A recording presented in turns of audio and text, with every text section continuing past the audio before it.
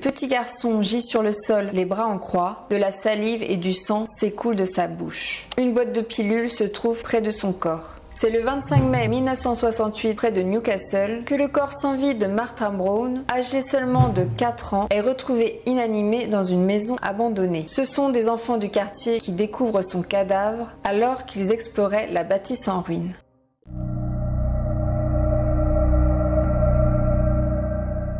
Coucou mes petits démons, j'espère que vous allez affreusement bien. Comme promis la semaine dernière, nous nous retrouvons aujourd'hui pour une nouvelle vidéo sur les enfants tueurs. Pour ceux qui n'ont pas vu la vidéo précédente à ce sujet, c'est par ici. Sinon, le lien est en barre d'infos. La dernière fois, je vous racontais le cas de 2 jeunes garçons, mais cette fois-ci, il s'agira de celui de 2 filles. Celui de Maribel qui, à la veille de ses 11 ans, est devenue la plus jeune meurtrière de l'Angleterre, et celui de Sharon Whisker, surnommée la fille du diable, que je vous raconterai d'ici quelques jours. En attendant, commençons sans plus tarder par l'incroyable histoire de la tristement célèbre Maribel.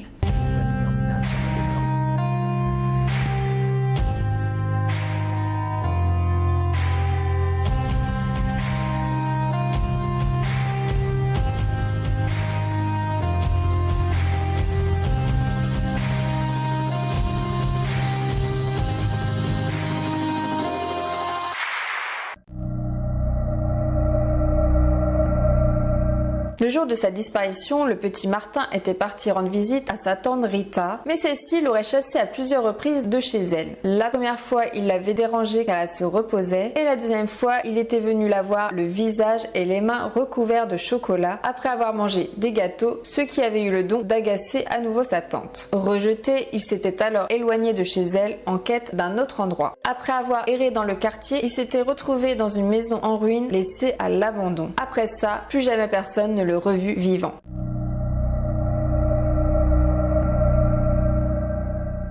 Ce sont 3 garçons âgés respectivement de 8, 11 et 16 ans qui vont découvrir son corps au milieu des décombres. Ce jour-là, ils jouaient dans les maisons en ruine de Stokewood comme à leur habitude. Stokewood est un quartier pauvre de l'après-guerre situé près de Newcastle. Il est entouré par des sortes de bidonvilles, les logements y sont vétustes et certaines familles n'ont pas accès à l'eau potable ni à l'électricité de manière quotidienne. Dès leur plus jeune âge, les enfants ont l'habitude d'errer dans les rues, s'échappant ainsi du quotidien difficile au sein de leur logement insalubre.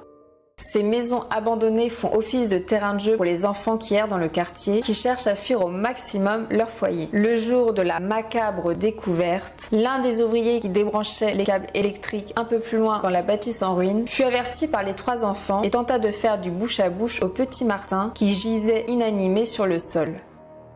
Mais trop tard, son corps était déjà froid. C'est à cet instant que 2 petites filles nommées Marie et Norma insistent pour entrer dans la pièce, mais l'ouvrier les y en empêche et leur demande de rentrer chez elle. Marie reconnaît le corps du petit Martin. Il faut dire que tous les enfants du quartier traînent ensemble et se connaissent bien. Elle s'en va alors prévenir la tante de celui-ci. Peu de temps après, la police et les secours interviennent. Certains indices troublants comme une boîte de pilules retrouvée près du corps de Martin ne seront pas examinés dans l'enquête, ni révélés par la police au grand jour et l'affaire sera très vite classée. Malgré cela, la mort de Martin sera plus tard déclarée accidentelle. Durant l'affaire, Maribel s'intéressera beaucoup à la famille de la victime et questionnera sa tante qu'elle connaît bien. Elle lui demandera par exemple si les parents de son neveu sont tristes et si leur fils leur manque. Suite à la disparition du petit garçon, les autorités décident de détruire tous les logements insalubres afin de rendre le quartier plus sûr. Le 29 mai 1998, soit 4 jours après la mort du petit Martin, Maribel assiste à ses funérailles. Elle va voir la maman de celui-ci pour lui demander si elle peut le voir dans son cercueil. Marie est perturbée et ne réalise pas que Martin est définitivement mort et qu'il ne reviendra plus jamais à la vie. Pour elle, c'est comme irréel.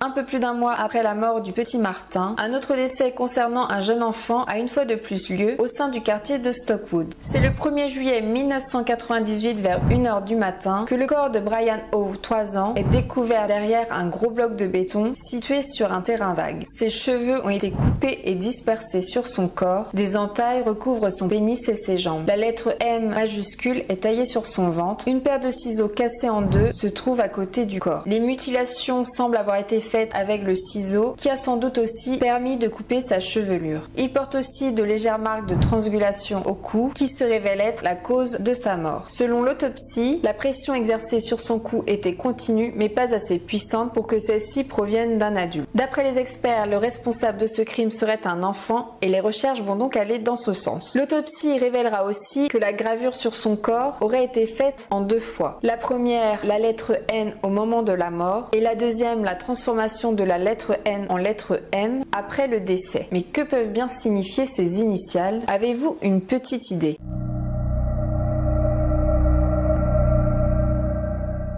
Suite à cet incident, tous les enfants du quartier vont être interrogés à tour de rôle par les enquêteurs. Parmi eux, Norma et Marie, les fillettes qui se sont faites chasser par l'ouvrier qui a tenté de réanimer le petit Martin. Norma et Marie sont voisines et ont l'habitude de jouer ensemble malgré les 2 ans qui les séparent. Norma a 12 ans et c'est une jeune fille qui souffre de retard mental. Malgré qu'elle porte le même nom que Marie, celles-ci n'ont aucun lien de parenté. En Angleterre, Bell est un nom de famille plutôt commun. Norma est interrogée et va finir par avouer que Marie lui aurait révélé d'un ton euphorique avoir tué Brian. Quand c'est au tour de Marie Bell d'être interrogée, elle va accuser un garçon d'avoir tabassé Brian Howe et de l'avoir mutilé avec des ciseaux. Or, le garçon qu'elle accuse a un solide alibi. Lors du crime, celui-ci se trouvait à l'aéroport avec ses parents, prêt à partir en voyage. En plus de ça, la police se demande comment Marie peut savoir que la victime a été tailladée avec des ciseaux. Cela va alors leur mettre la puce à l'oreille.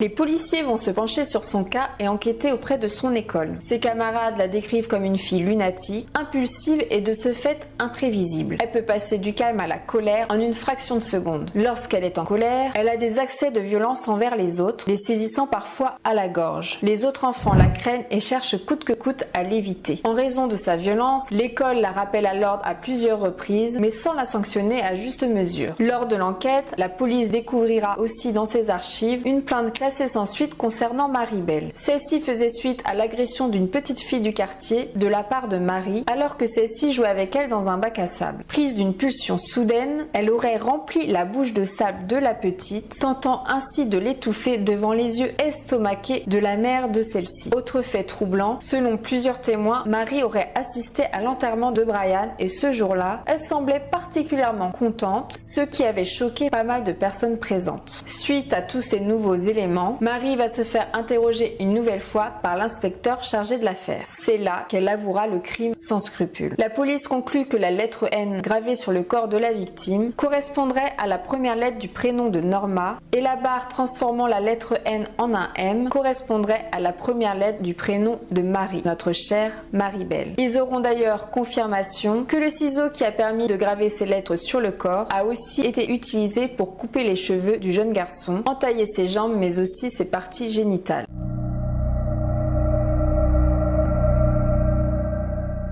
Vers la fin de l'entretien avec la police, la langue de Norma va se délier. Elle va dire que Marie lui aurait révélé être également la meurtrière du petit Martin retrouvé mort il y a 1 mois et demi de ça à Stockwood. C'est là qu'un élément jusque-là non pris au sérieux va refaire surface. Une crèche du quartier avait été saccagée et vandalisée peu après la mort de Martin et des notes anonymes ainsi qu'un dessin y avaient été retrouvés sur place. Ceux-ci revendiquaient la responsabilité de Martin Brown, mais ces messages avaient été considérés par la police comme une blague de mauvais goût et aucun lien n'avait été fait avec l'affaire. Sur le dessin, on pouvait y voir un corps étendu près d'une boîte de pilules. C'est bête parce qu'à ce moment-là, la police aurait pu faire analyser d'éventuelles empreintes digitales sur les mots en question, chose qui n'avait pas été faite. Elle aurait également pu faire le rapprochement entre la boîte de médicaments griffonnée sur le dessin et les somnifères retrouvés près du corps de Martin après sa mort. Norma et Marie sont arrêtées en août 1968.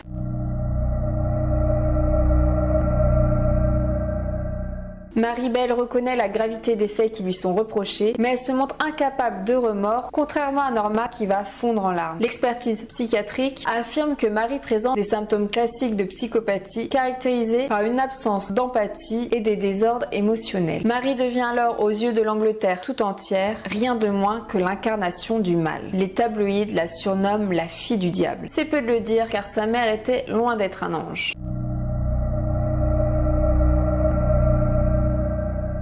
Même si cela n'excuse en rien les actes horribles commis par la jeune fille, le contexte familial pour le moins chaotique dans lequel elle a grandi pourrait expliquer sa folie meurtrière. En effet, l'enfance de Marie s'est déroulée dans un environnement peu favorable, au sein d'une famille complètement dysfonctionnelle. Cela l'a ainsi empêchée d'évoluer de manière saine et équilibrée. Née de père inconnu, Marie est adoptée par son beau-père Billy Bell, avec qui sa mère s'est mise en couple un an après sa naissance. Marie est convaincue que Billy est son père biologique. Son beau-père est un bandit et il sera même arrêté pour vol à main armée. Il est souvent absent et il a de gros problèmes avec l'alcool. Betty, la mère de Marie, n'est pas mieux lotie. Elle se prostitue pour gagner sa vie et déserte régulièrement la maison. En plus de ça, celle-ci souffre de bipolarité. Sa mère n'avait que 17 ans quand elle lui a donné la vie et apparemment cette naissance n'était pas du tout désirée. Dès la maternité, celle-ci la rejette. Elle aurait dit à la sage-femme en parlant de sa fille tout juste née: débarrassez-moi de cette chose. La relation entre Marie et sa mère a toujours été destructrice. Certains membres de la famille de Marie disent que Betty aurait tenté de tuer sa fille et de faire passer sa mort pour accidentelle à plusieurs reprises pendant les premières années de sa vie. Elle aurait par exemple essayé de l'étrangler ou de l'étouffer avec un coussin. Un jour, elle a aussi donné à sa fille une dose importante de somnifères. Souvenez-vous d'ailleurs qu'une boîte de somnifères avait été retrouvée près du corps inanimé du petit Martin. La mère de Marie a longtemps voulu la tuer, mais elle a finalement trouvé une raison et une utilité à son existence. Les années passant, Marie atteint tant bien que mal l'âge de 8 ans et sa mère voit en elle un potentiel outil pour appâter encore plus de clients et les fidéliser. Je vous le rappelle, cela fait des années que sa génitrice vend son corps pour gagner sa vie. Lorsque sa fille grandit, elle voit en elle l'appât du gain, elle décide de la prostituer et de garder l'argent récolté grâce à elle. Elle n'a vraiment aucun scrupule envers elle, ni aucune morale.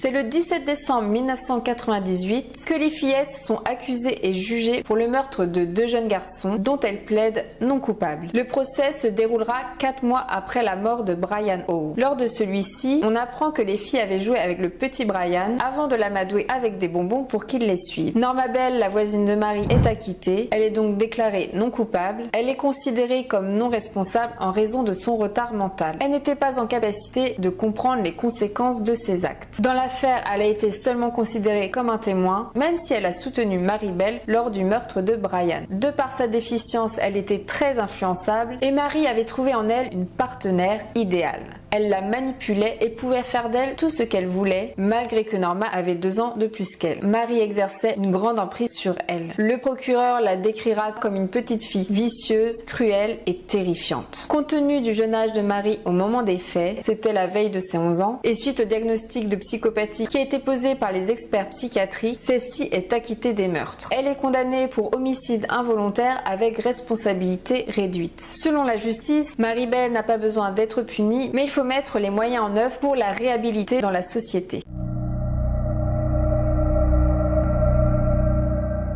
Étant trop jeune pour être internée en hôpital psychiatrique, elle est envoyée dans un pensionnat pour jeunes délinquants où sa mère a la possibilité de lui rendre visite. Mais la relation avec sa génitrice est bien évidemment plus que tendue. Marie Bell souhaite que sa mère reconnaisse qu'elle est en partie responsable de ce qui lui arrive, ce que celle-ci refusera de faire. Sa mère est plus préoccupée par la mauvaise image que renvoie sur elle le drame plutôt que par le devenir de sa fille. Elle n'hésite pas non plus à se faire de l'argent sur le dos de toute cette histoire. Elle vend des photos de sa fille, des extraits de son journal intime et autres écrits à la presse anglaise. Marie Bell fait la une des tabloïds anglais durant des mois et devient tristement célèbre. Lorsque Marie devient majeure, elle quitte le pensionnat pour adolescents et est placée dans une prison ouverte. Elle a le droit de sortir en journée mais doit rentrer au centre chaque nuit. À 20 ans, elle s'y évade mais elle est rapidement retrouvée. Elle va ainsi perdre tous ses privilèges durant 28 jours en guise de punition.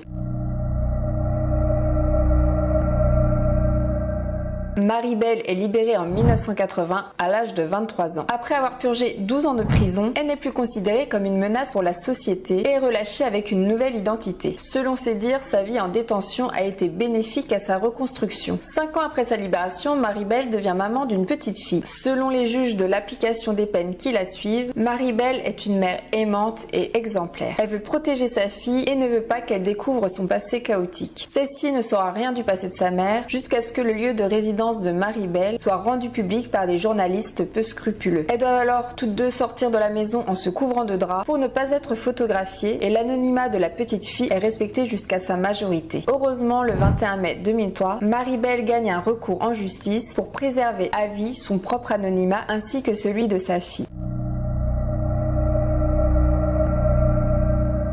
Il faut savoir que 2 livres ont été publiés au sujet de Marie-Belle, tous deux écrits par Gita Sereni, une historienne très respectée et spécialiste du nazisme. En 1968, celle-ci a assisté à son procès. Elle a alors été scandalisée par le fonctionnement du système judiciaire britannique. Elle trouve inadmissible que des enfants soient jugés dans des tribunaux pour adultes sans même prendre en compte leur contexte familial et tout ce qui a pu les pousser à l'acte meurtrier. Elle décide donc d'écrire le livre intitulé Marie-Belle, qui est publié en 1972, soit 4 ans après le jugement. Il se base sur des entrevues qu'elle a eues avec la famille et les proches de l'accusé, ainsi qu'avec les professionnels impliqués dans ce procès. 30 ans plus tard, l'historienne et journaliste Gita retrouve Marie-Belle. Elle s'entretient avec elle pendant des mois. En tout, elle passe 3 ans à interroger la jeune femme pour essayer de comprendre. Elle mène l'enquête dans ses souvenirs pour tenter de répondre à la question que personne ne s'est posée lors de son jugement. Mais pourquoi cette petite fille est-elle devenue une meurtrière? Naît alors le livre intitulé Une si jolie petite fille. C'est une biographie approfondie basée sur des entrevues avec Marie elle-même, des membres de sa famille, des amis et des psychiatres l'ayant connue avant, pendant et après sa détention. Ce document est au-delà du récit de faits divers. C'est une réflexion bouleversante sur la justice, le mal et la rédemption. Dans une lettre à la mère de l'un des enfants tués, Marie explique qu'elle ne veut pas à travers ce livre revivre les meurtres perpétués, mais elle veut apporter un éclaircissement sur la raison de ces crimes. Gita Sereni a donné une partie de ses droits d'auteur à Marie-Belle et a déclaré: si je ne l'avais pas fait, j'aurais été moi-même coupable de lui avoir fait ce qu'elle a subi depuis sa naissance, l'utiliser. Ce second livre sera vivement critiqué dans la presse car Marie a touché une somme importante suite au succès de sa biographie. Grâce à celui-ci, elle a pu assurer l'avenir de sa fille et la mettre à l'abri pour le restant de ses jours. Les journalistes à scandale et les politiciens bien pensants la retrouvent et la jugent coupable d'avoir accepté cet argent du sang. Un juge a même cherché à récupérer les 50 000 livres récoltés grâce à l'ouvrage, grâce à lesquels Marie-Belle a pu faire construire sa maison.